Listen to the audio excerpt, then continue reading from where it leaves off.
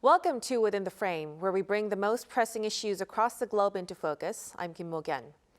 Yesterday was Hangeul Day, a celebration of Korea's unique alphabet that continues to inspire pride at home and grow curiosity abroad.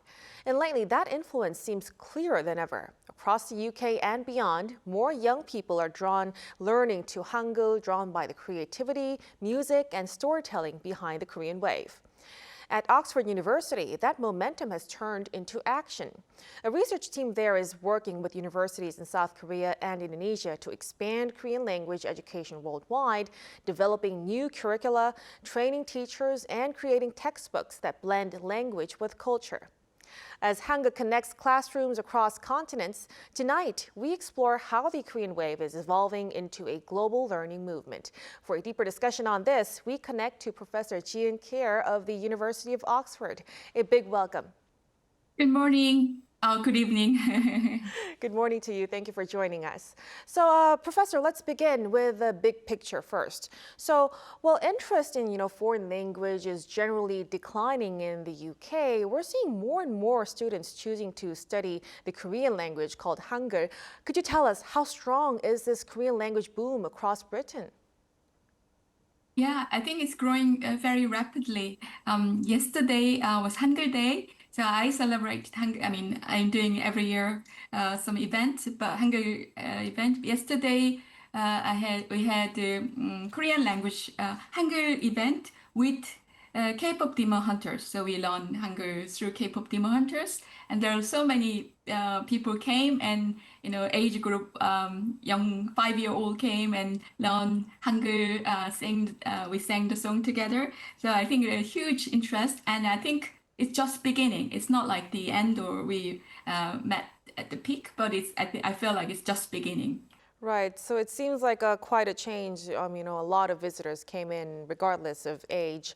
So let's build on that, Professor. You also carried out research with the UK's Education Department on this very phenomenon among, British teenagers, of course. Why do you think the Korean wave is expanding beyond cultural consumption to actual language learning? And also, in fact, you described Korean as a, quote, fantasy language for the UK's Gen Z. Could you elaborate for us? Yes, of course. The learners, people learning Korean language, and because of the K-pop and K-drama, and I call them as super fandom, those fandom learners. And they're different from sort of more academic learners who learn Korean for their academic purpose for their study. When I said it's fandom learners, informal learners include those 5-year-olds who came yesterday. They come and study Korean language together with their parents. Not necessarily they are Korean with the Korean heritage, but they come enjoy the contents and learn the language. And I call them super fandom because they not really enjoy drama or song, and they sit down doing nothing. But they have become agent within it. So they study.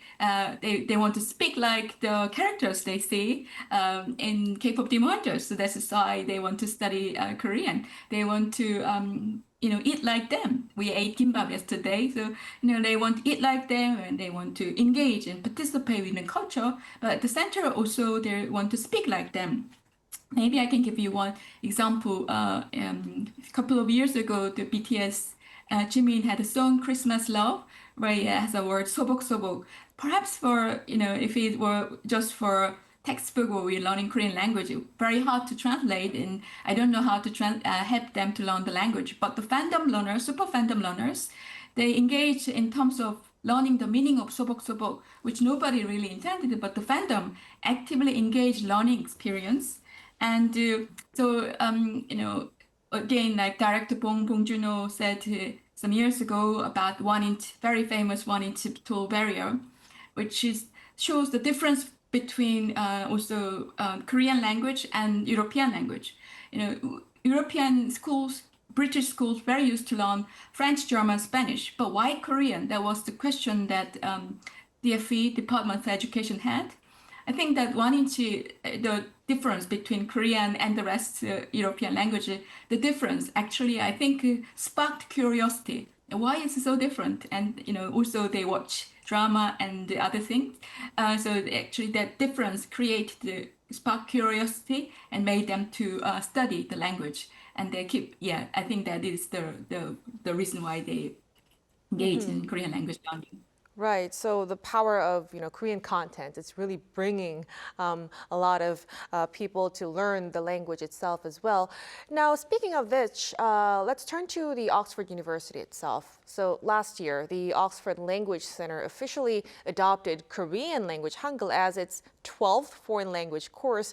I hear you even authored the teaching materials yourself. Could you tell us, how does your textbook actually differ from the current existing ones on the market? Yeah, thank you so much for asking that. And this book is written together with my colleague Nicola Fraschini and Kim Mok-yeon together. We didn't write this book because there's no books. There are many books.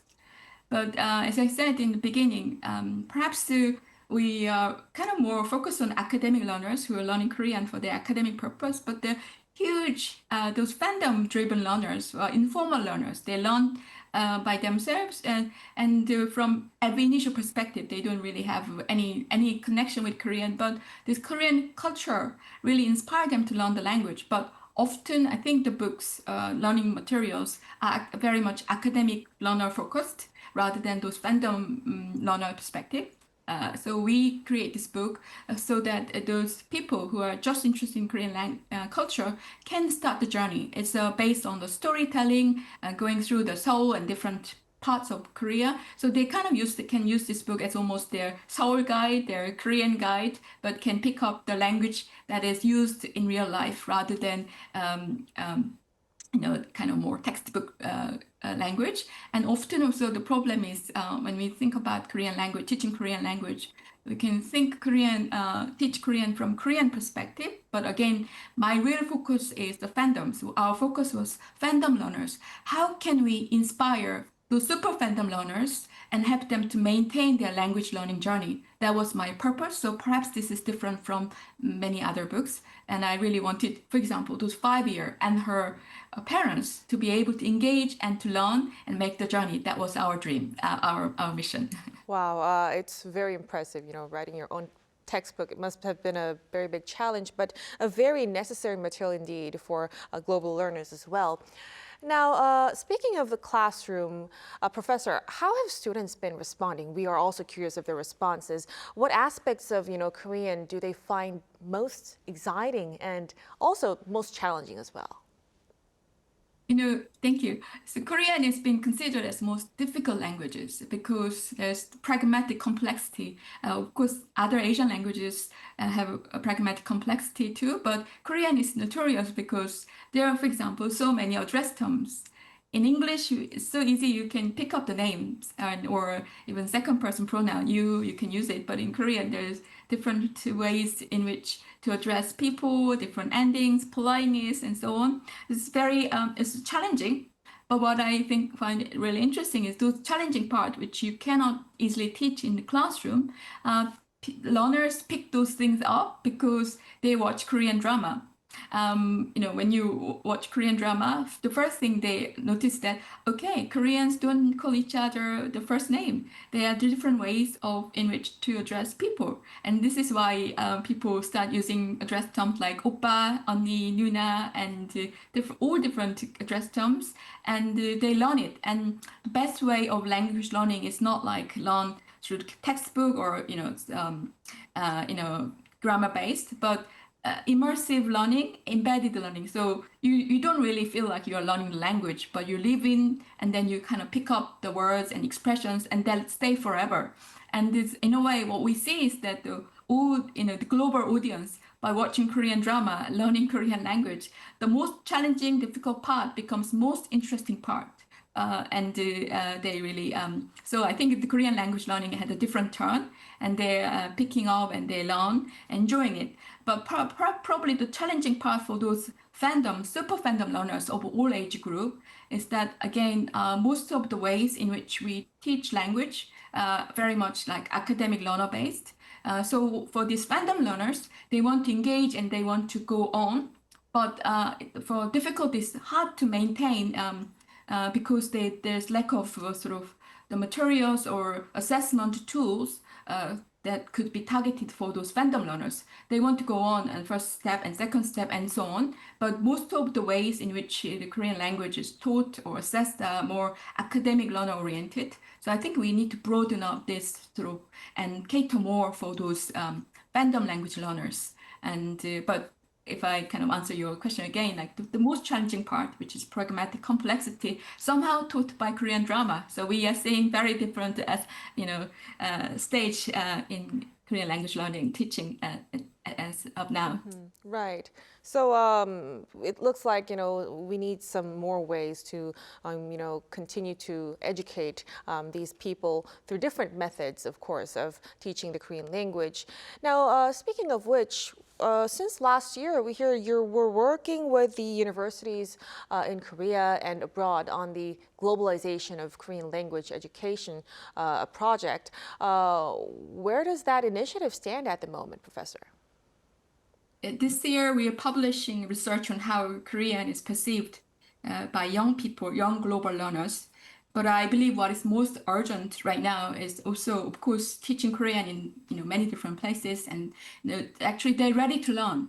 But I think the most urgent thing is laying some more foundational research, even defining what Korean language is. If you pick up dictionary and find the definition of Korean language, as said, it is spoken by Korean people. Because Korean was been a language for Korean people, but now we are seeing a very different age. And so I think, and I believe that the Korean is going, soon to be the lingua franca of Asia and Pacific region, particular Asia Pacific region, for different reasons. People learn Korean for cultural interest, study, work. I believe that Korean and English together would not just in competition but in partnership would serve as a lingua franca for the region in the future for the young generation. And so, last year I published a book called "Whose Language is English?" And just nobody predicted a century ago how the English would be catering for the global, it'd be used for everyone in the world. But I think also Korean, we have to be prepared for the global Korean, how Korean can be used for those different region, different young learners. So I think if I answer your question, it's actually the foundational work I learned the more important is to establish the notion of a global Korean and going Korean as a national language to become more global language and to work based on that. Yeah. Well, we will be looking forward to that one day when Korea would become a global, the Korean language would be a global language. Now, following on from that, Professor, we've been speaking about Hallyu. How crucial do you think the Hangul itself is sustaining the momentum of Hallyu? So in other words, what's the importance of Korean language education in ensuring the long-term influence of the Korean wave? I think language is everything. We have Korean K-pop, K-drama, and I think. But what is it different from other culture? It's language. I think Korean language is the very heart of Hallyu, and as a linguist, I think best learning also happens through people learning relaxed when engaged, and in a way, as I said, the people are learning Korean. Not necessarily planned way, but through watching Korean drama, singing Korean K-pop, and they learning Korean language. And we now also even see the 오빠, 언니, these 막내, 누나 in the Oxford English Dictionary.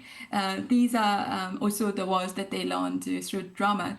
I think language is at the very heart of Hallyu, and in a way also we have to acknowledge that, and as I said before, we have to think about the role of Korean language in a bigger picture. That how is it just for Korean people? How Korean is used in the global culture at the moment, and we have to have a vision for the Hallyu Korean language to be used by the global speakers and so on. So I think the language is at the very center of Hallyu, and this is sustaining power of Hallyu.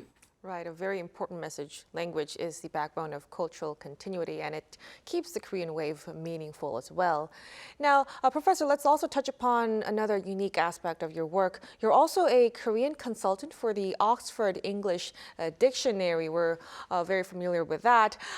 Just last December, 7 new Korean words like 달고나, 형, and 찌개 were officially added. Tell us, what kind of standards or criteria does the OED use to decide which words will be included? I both recommend the words and also do the critical review. The key criterion is not whether the words are important, has a cultural significance, or popular in Korean language. They must be popular and present in English language. Many people ask me, what about this word, that words? And when I look at English textual evidence, we didn't have those words in anywhere, so it's hard. What I try to say is that we still need a lot of books. We need those Hallyu to be researched and to have a textual legacy. We still need a lot of in Korean culture. We still lack foundational English language textbook books that explain Korean culture in depth. So they're looking at textual evidence. So I think it's important that we have also the good books written in English about Korean culture for the cultural legacy of Hallyu. But when you think about 달고나, for example, or how it becomes so popular, Korean people even can't give the definition of 달고나, and 달고나 is not even in the dictionary. But how can you think 달고나 becomes so popular? This is because of Squid Game. We don't have this textual imprints book, but also social media. As I said, the 1인치 tone barrier sparks such curiosity. So people talk about those words that they do not know in social media all the time. 2021 alone in K-pop, we had 7.8 billion tweets. So many people, well, I don't know what does this mean, but I watched it. Can we talk about this? So we don't have a real imprint texture experience, but those social media leave so much discussion, and this is kind of the way how also OED picks up those popularity and existence of these words and enter into OED. So I think it's again like a Korean drama. Hallyu is the main source of those words entering into Oxford English Dictionary. Yeah. Right, so it definitely sparked curiosity among many of the global audiences. But speaking of 달고나, you've pinpointed, interestingly, many of last year's new entries were actually food related. What does this particular trend signify, Professor? And also, looking ahead, what kind of Korean words could be added to this year? Yeah, so 달고나, I mean, when you look at new words, and OED just shows one aspect, but we can see, in English media these days, just pick up any Korean novel that translated English. In the past, maybe only 10 years ago, we had to italicize or we have to make it more simple. For example, we can't put all the food words in the book because people can't understand. So we have to simplify for the readers. Nowadays, if we pick up those novels or magazines and so on, they just, without any italics, they're not in italic, they're just not translated, they're there as they are. And it means that, again, like popularity and in the Korean culture. And again, like going back to Korean drama, food is very important in every culture, but in Korean culture too. People talk over food, and people, if you watch the whole drama series, you will pick up some address terms, how they call each other. But at the same time, they will pick up good food terms. Recently, for example, we had a very popular Korean drama and Korean food, and people pick up those names. So because they see it, and also the super fandom learners, that they not only just watch, they make, they taste, they go to the Korean restaurant, they taste, they make their own. So food is quite accessible and for everyone. So it's something, this is the reason how, so many food words enter into English language, including OED. And so I think more and more, will enter to English dictionary and English language, including 우이디. And this year, we will announce it in the early next years. I hope we can wait a few months for the new batch. But I think you can kind of guess new words. I mean, the words that we had before, like, maybe this is already exist in English, but still people use it. And then that becomes a big thing and has a place in English language. It's interesting how Hallyu becomes a big part. Trendy new words in English language more and more. Young people know what this means. Yesterday we had gimbap. Everybody knew what gimbap was. This is very interesting. And we are living in a new era. Right. So you're making us eager to know about this year's list. We will keep close attention to the new latest. Yeah, I'll talk to you in 2 months. Updates. We hope to talk to you again soon again.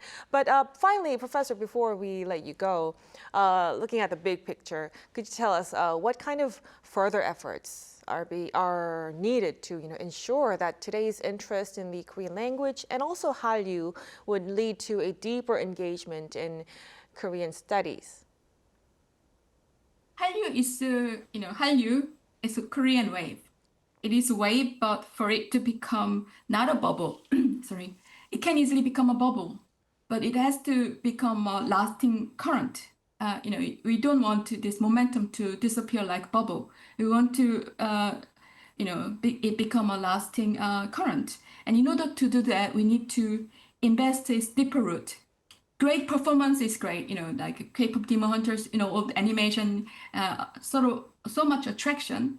But if we kind of focus on more like, those great performances only, it's not enough. We need to research, and I think we need to really find ways to materialize this the trend. We need to study about impact of Hallyu, and we have the vision for example, like Korean language, how Korean language and culture could support and be what would that mean for young people in our generation. And we have to think about this. I talk about global Korean, but this is one of the visions I have. Like, we have to have a vision and we have to materialize this Korean wave in a research frame. And so we need sort of the permanent hub where this kind of can be all together. And we have to research this Hallyu so that it does not become a bubble, but become a lasting legacy. And I think this is the time we have to rethink about Hallyu and the importance of language again at this time. A very important place to end our discussion tonight. Professor, your efforts to bring Korean language education to the world are really, truly inspiring, and we will be watching with excitement as Hangul continues to spread across the globe. Thank you so much for your time tonight. Thank you. And that'll be all from us on Within the Frame. Be sure to tune in again next time as we continue to explore the stories that matter. Till then, stay informed and engaged.